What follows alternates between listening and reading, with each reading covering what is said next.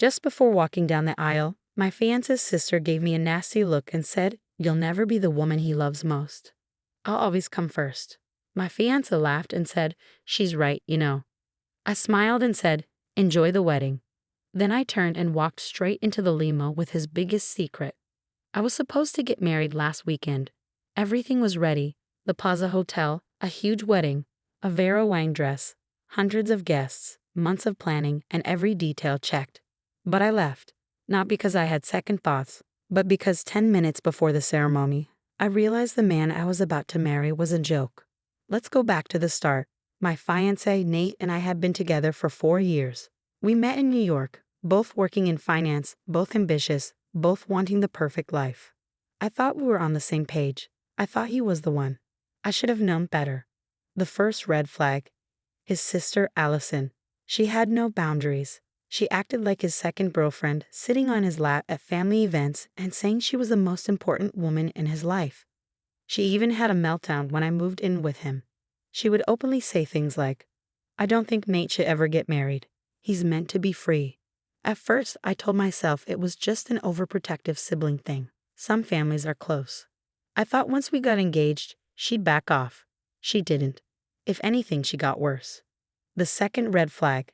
Nate didn't stop it. He would laugh it off and tell me I was overreacting. Even when I pointed out how weird it was that his sister threw a fit when he canceled dinner with her because we had plans, he just shrugged and said, "That's just how she is." Looking back, I should have seen the signs, but love can make you blind. Then there was the money issue. I knew Nate liked expensive things: designer suits, fancy watches, first-class flights, private clubs, but I thought he could afford it.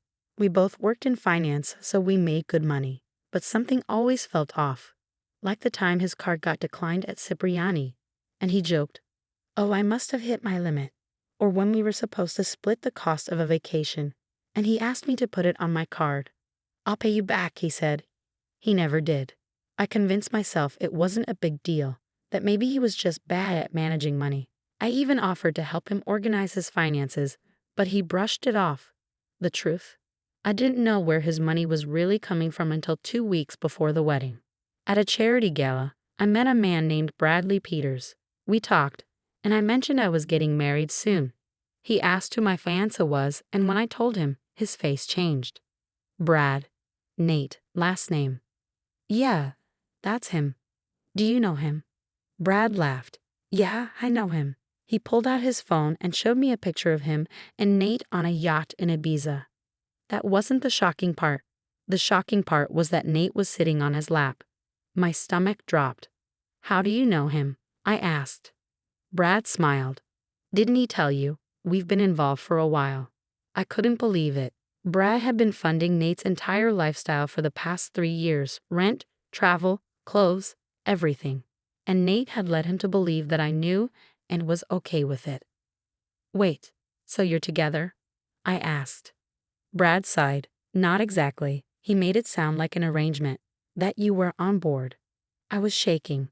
2 weeks before the wedding, I found out my fiancé was someone's sugar baby, and he'd let me think he was just a rich guy who made bad spending choices. Brad was mad, but not at me. He lied to both of us. I didn't know what to say, so I just laughed because everything was so crazy I couldn't even process it. That's when Brad asked, "What do you want to do about it?" An idea started to form. I kept quiet in the days before the wedding, letting Nate think I was clueless. I let him pose for engagement pictures, go to his bachelor party, and send me texts about how he couldn't wait to spend his life with me. Then, 10 minutes before the ceremony, Allison came into the bridal suite. She walked up to me with a smirk and said, "You'll never be the woman he loves most. I'll always come first." Behind her, Nate appeared. Instead of stopping her, he laughed. He looked at me and laughed. Then he said, "She's right, you know." Something clicked inside me. I realized he was never going to put me first.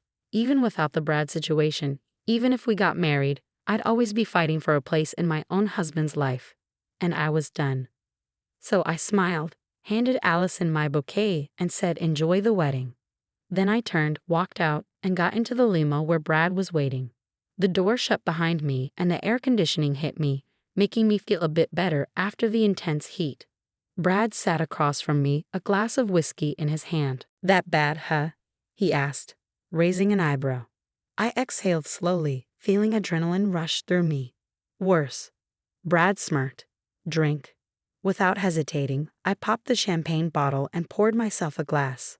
I needed to calm down. Brad took a sip of his whiskey and asked, "So, what's the next move?" I wasn't done. I didn't just want to leave. I wanted to make sure Nate never forgot what he lost. I wanted him to feel the way I felt. How fast can you ruin his life? I asked. Brad grinned. Back in the ballroom, chaos was already starting. At first, no one noticed I was gone.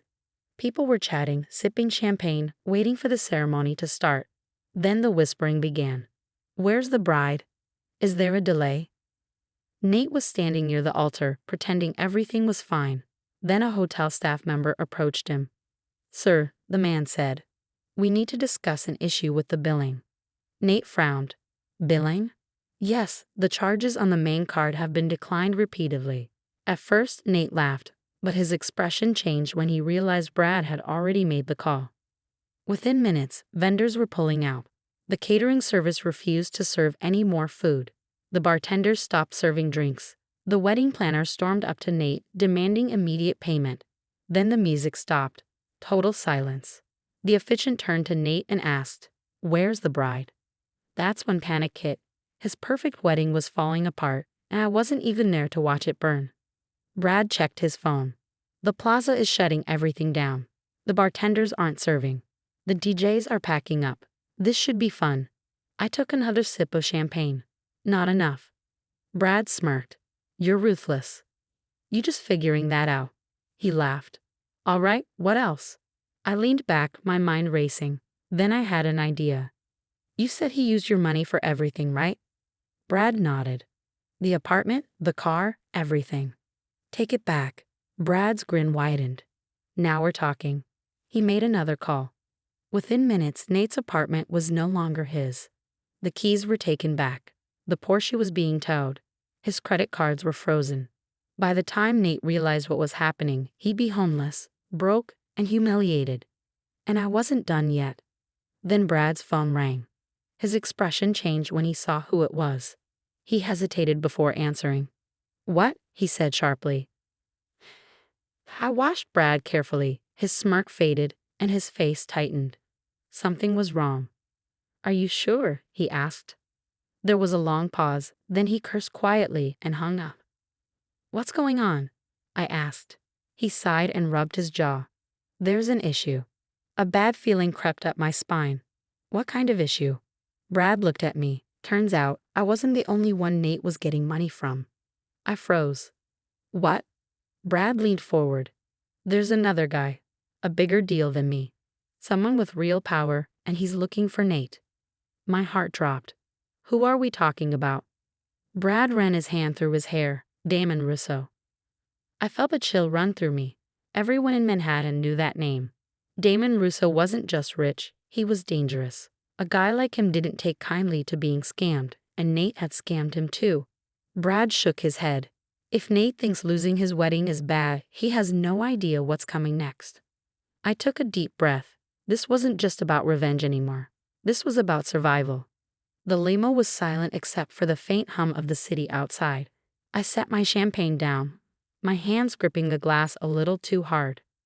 What do you mean Nate scammed Damon Russo? I asked. Brad exhaled sharply. Damon doesn't just throw money around for fun. He expects something in return. And if he doesn't get it, things get messy. I swallowed. Messy? How? Brad gave me a long look. You ever hear about the hedge fund guy who disappeared last year? I nodded.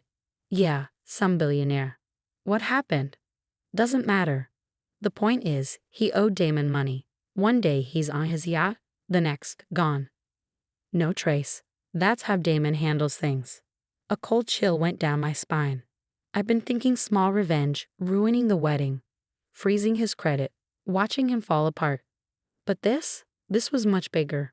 Back at the plaza, Nate was unraveling. The moment he realized I was gone, panic hit him. He snapped at the wedding planner. What do you mean she left? He shouted. The poor woman looked like she wanted to vanish. She walked out, sir, she said. She left the bouquet with your sister and just walked out. What? With Allison?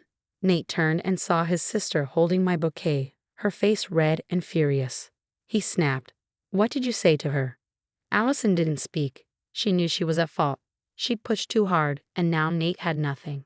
His phone buzzed. A text from his building's concierge. Nate, there's an issue with your lease. Please contact management. Another text. Porsche Financial Services. Your account has been terminated. Your vehicle is being repossessed. His face went pale. Something was seriously wrong. Then another text, this one from an unknown number. Damon Russo wants to see you. His hands went cold. That was the text that could cost him everything. Brad's phone rang again. He looked at the screen, then pressed it to speaker. Damon, Brad said calmly. A deep voice filled the car. I hear you've been playing games with my money. I froze. Brad shot me a look, signaling me to stay quiet. Damon, Brad said, this isn't about me. Then who's it about? Brad's jaw tightened. Nate. Damon laughed. Ah, little rat. I had a feeling. You see, Brad, I don't like when people waste my time. And your boy, Nate, he's wasted a lot of it. Brad leaned forward. What did he do? Damon sighed. He convinced me to invest in a fake deal, a shell company. Thousands of dollars gone, and now he thinks he can walk away. I felt my stomach twist. This wasn't just Nate being a fraud with sugar daddies. This was serious. Brad rubbed his face. How much are we talking? Damon paused. $3 million. I almost choked. $3 million. Nate had scammed a man like Damon Russo and thought he could get away with it. I gripped Brad's arm. If Damon finds him first, what happens? Brad met my gaze and turned back to the phone. Damon, let me handle this. Damon's voice was cold. You don't handle things, Brad. You throw money at them. But unfortunately, I don't want money. I want him. The call ended. My heart raced. I thought I was leaving Nate to financial ruin, but I didn't realize I might be leaving him to something much worse. Brad rubbed his temples. This is bad. I nodded. Yeah, no kidding. Then I straightened. Brad, we have to find him first. Brad blinked. Why the hell would we do that? Because, I said, gripping my champagne glass tight. As much as I hate him, I don't want him dead. Brad sighed. All right, so where do we start? I grabbed my phone and started typing. I knew Nate. If he was going to run, there was only one place he'd go, and I was going to be there waiting for him. Brad drove. I sat in the passenger seat, focused on my phone, figuring out where Nate might be. We needed something fast, something low profile. Nate wasn't at the plaza anymore. I knew because his name popped up on my phone. I hesitated, then answered. Where the hell are you? His voice was frantic. Don't play games with me. You need to. You think I'm going to help you? I snapped. After everything I know about Brad, about Damon, you lied to me for years. He stammered. I didn't lie. I just. You thought I wouldn't find out. Silence. Then, Allison said something to you, didn't she? I laughed. Of course. Of course, he'd think his sister was the problem. You've got bigger problems than Allison, I said. Brad gestured for me to put the call on speaker. I did. Nate, Brad said smoothly, Damon wants his money. There was a pause. Then, I don't have it. Brad shook his head. Wrong answer. Nate's voice cracked. Please, you have to help me. You still have money. You can. Brad laughed. Oh, now you want my help? What happened to all that cocky attitude? Nate sounded small now. I messed up. Brad clenched his jaw. Yeah, you did. And Damon's not exactly forgiving. I can fix this. I just need time. You don't have time. I leaned in. Where are you, Nate? Silence. Then, the apartment. I glanced at Brad. The one you just revoked his lease on. Brad smirked. Yep. When we arrived, the doorman wouldn't let us up. Mr. Last Name is no longer a resident, he said. Brad slipped him 100. We'll be 10 minutes. The doorman hesitated but nodded. We took the elevator up. The hallway was eerily quiet. Then we saw Nate, sitting outside his apartment, disheveled, hands over his face. He looked up when he saw us. You did this, he said to Brad. Brad snorted. You did this to yourself. I crossed my arms. Stand up. Nate hesitated but got up slowly. I stared at him. Did you ever love me? I asked. He flinched. Of course I did. I tilted my head. So when you were in Ibiza with Brad or scamming Damon Russo, was that love? He clenched his jaw. Was it love when you laughed at Allison's comment instead of defending me? Was it love when you used his money for our wedding? Nate exhaled, shoulders slumping. I didn't want you to know. No, you didn't want me to know you were a fraud. His eyes flashed. No, I was never enough. I stopped. He swallowed. I grew up watching guys like Brad and Damon. Powerful men who had everything. I wanted to be like them. I wanted to give you the world. I stared at him, trying to process that. That's not love, I said. That's vanity. His face crumpled. I was going to tell you after the wedding, he said. I was going to fix it. Brad left. You think Damon would let you walk away? Nate's hands balled into fists. What do I do? I shook my head. That's not my problem anymore. Then I turned to Brad. Let's go. I didn't look back. Nate tried calling. Blocked. Allison sent a 3-page email blaming me for ruining her brother's life. I replied with one sentence. Enjoy being the most important woman in his life. Blocked. Damon found Nate. I don't know what happened after that, but I know Nate left the city. Gone. Vanished. I didn't ask questions. Brad and I kept in touch. Turns out we make great business partners. Who knew? As for me, I walked away free. No wedding. No fraud. No Nate. Just me, a glass of champagne, and the rest of my life ahead. And honestly, I've never felt lighter.